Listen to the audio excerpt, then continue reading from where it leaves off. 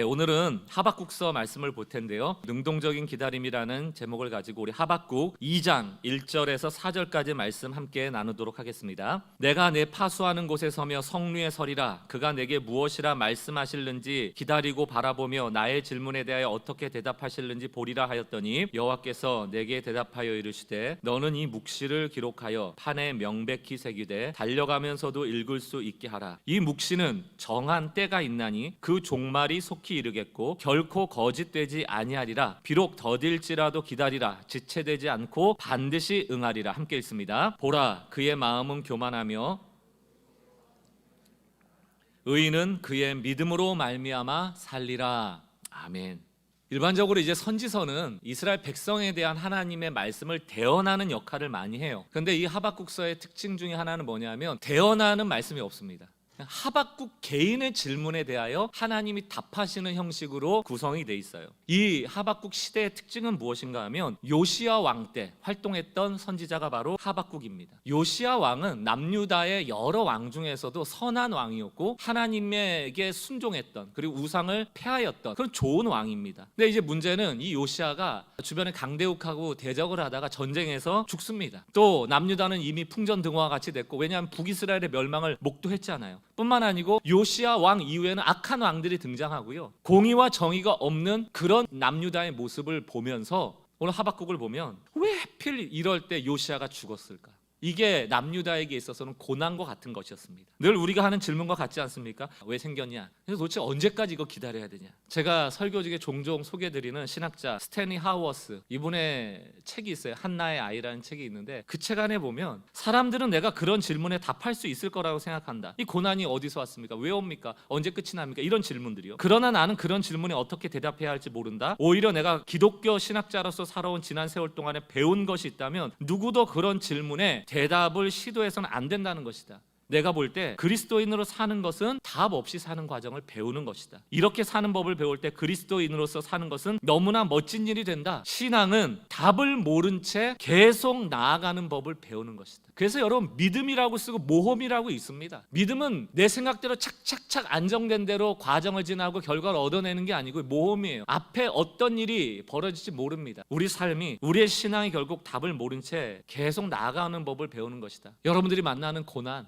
그것에 정답이 있다면 얼마나 좋겠습니까? 여러분의 돈 문제에 대한 답이 없어요. 여러분 자녀 문제에 대한 답이 없습니다. 여러분 사업 문제에 대한 답 없어요. 내가 왜 이런 어려운 암이 걸렸을까? 거기에 대한 해석이 없어요. 그러나 오늘도 하나님께서는 나를 믿으라 라고 하면서 나를 더 크게 보라, 여기까지예요. 오늘 하박국도 거기까지입니다. 하박국이 이 위기의 순간들을 이겨나갔던 것처럼 우리도 이것을 좀 나의 삶을, 위기를, 또 나의 환경을 극복해 나갈 수 있는 그런 성도들 되셨으면 좋겠고요. 우리가 이러한 바른 신앙을 살아가도록 하는 데 있어서 좀 세 가지의 질문을 가지고 오늘 말씀을 나누고자 합니다. 첫 번째 질문은 무엇인가 하면 나에게는 날마다 묵시가 있는가? 묵시에 대한 경고가 있는가? 이걸 질문하셔야 돼요. 여러분, 묵시라는 단어는 다르게 바꿨으면 말씀이라는 단어로 바꿨을 수 있어요. 혹은 계시, 혹은 비전, 이런 단어로 쓸 수 있습니다. 다 공통된 게 뭐냐면 하나님은 우리에게 보여주고 싶은 게 있다는 거예요. 그런데 그 보여주고 싶은 게 늘 우리에게 위로고 좋은 거고 내가 바라는 거고 내가 원하는 것만이 아니고, 묵시로 받은 경고라 할 때 이 경고는 부담이라는 뜻입니다. 짐이라는 뜻이에요. 때로는 우리에게 들려진 하나님의 말씀이 짐이 되고 부담이 되는 묵시가 있다는 거예요. 여러분, 요즘 하나님의 말씀이 여러분에게 있습니까? 하나님이 보여주고 싶은 거를 보신 적이 있어요? 그리고 그것이 나에게 부담이 되어서 내가 이대로 살면 안 되겠다, 하나님의 뜻대로 순종해야지라는 그런 부담이 나의 삶으로 연결된 경험이 있으십니까? 잠언 29장 18절 말씀, 묵시가 없으면 백성이 방자에 행하거니와 율법을 지키는 자는 복이 있느니라. 묵시가 없으면 백성이 방자에 행한다. 이걸 킹 제임스 버전에서 뭐라고 해석을 해놨냐면 비전이 없으면 망한다, 이렇게 돼 있어요. 이 비전이라는 건 여러분 꿈, 이런 야망, 이런 걸 얘기하는 게 아니고 하나님이 보여주시는 그림을 보지 못하는 백성은 망한다는 거예요. 여러분 보고 계십니까?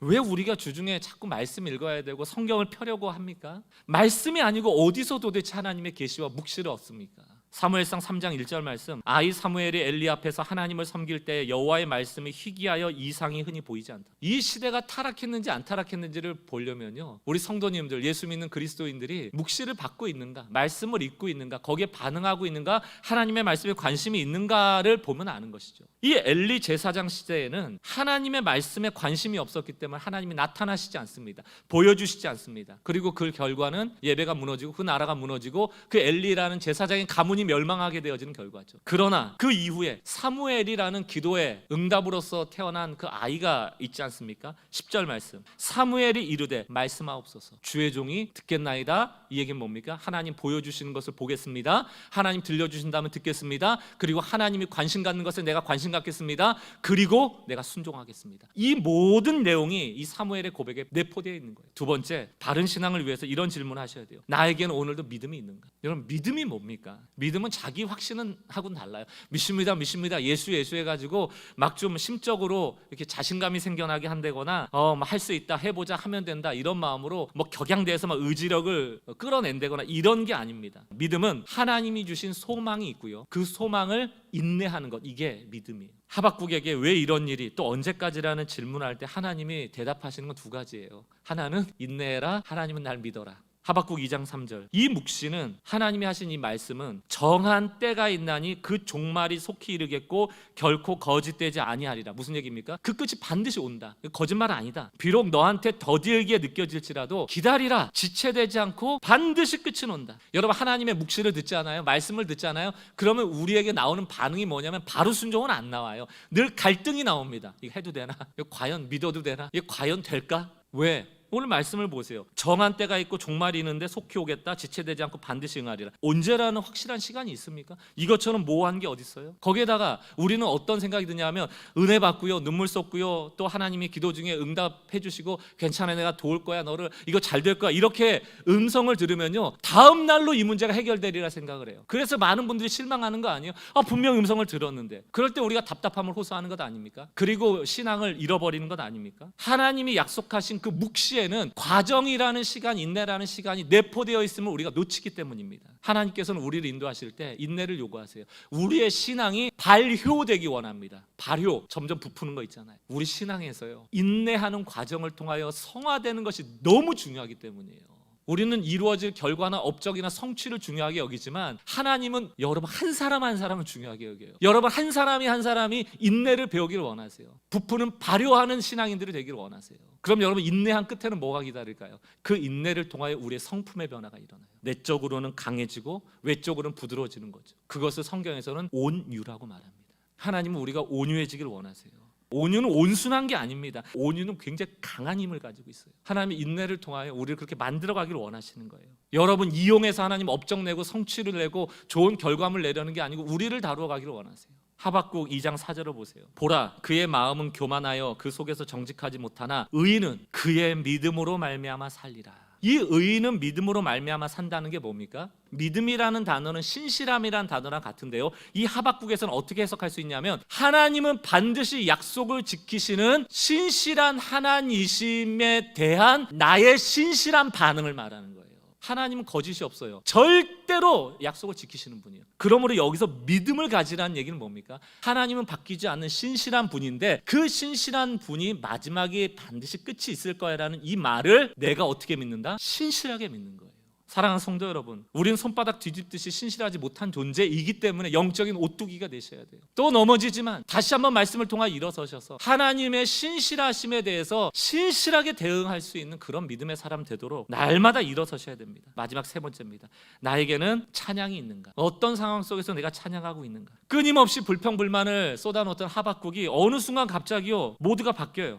왜 이러냐고 질문하다가 우리가 잘 아는 위대한 고백이 나옵니다. 하박국 3장 17절, 비록 무화과 나무가 무성하지 못하며 포도나무 열매가 없으며 감람나무 소출이 없으며 밭에 먹을 것이 없으며 우리의 외양간이 없으며 외양간에 소가 없을지라도, 여러분 없고 한 현실이 우리를 늘 어렵게 했잖아요. 그래서 하박국이 불평했잖아요. 왜 요시야 왕이 없습니까? 그리고 왜 저런 악한 나라들은 있습니까? 불평했잖아요. 그런데 없고 한데 18절 뭐가 결론입니까? 그럼에도 불구하고 나는 여호와로 말미암아 즐거워하며 나의 구원의 하나님으로 말미암아 기뻐하리로다. 도대체 뭐가 이렇게 이 하박국을 손바닥 손바닥 뒤집듯이 바꿔놨을까? 믿음 없음에서 믿음 있음으로 바꿔놨을까? 하박국 2장 20절 오직 여호와는 그 성전에 계시니 온 땅은 그 앞에서 잠잠할지라 하시니라. 내가 성전에 있어. 내가 이 남유다 예루살렘을 다스리고 있어. 저는 이 하박국 2장 20절을 볼 때 같은 맥락에서 시편 73편 17절 말씀이 떠오르더라고요. 그러나 마침내 하나님의 성소에 들어가서야 악한 자들의 종말이 내 고난의 끝이 어떻게 되리라는 것을 깨닫게 되었습니다. 사랑하는 성도 여러분, 성경 아무리 파보세요. 여러분 문제 어떻게 해결해야 될지 답 없습니다. 정답 나와 있지 않아요. 그 구체적으로 지시사항이 없습니다. 그러므로 그런 고난의 순간에 하나님이 우리에게 요구하시는 건 뭡니까? 내게로 나와라.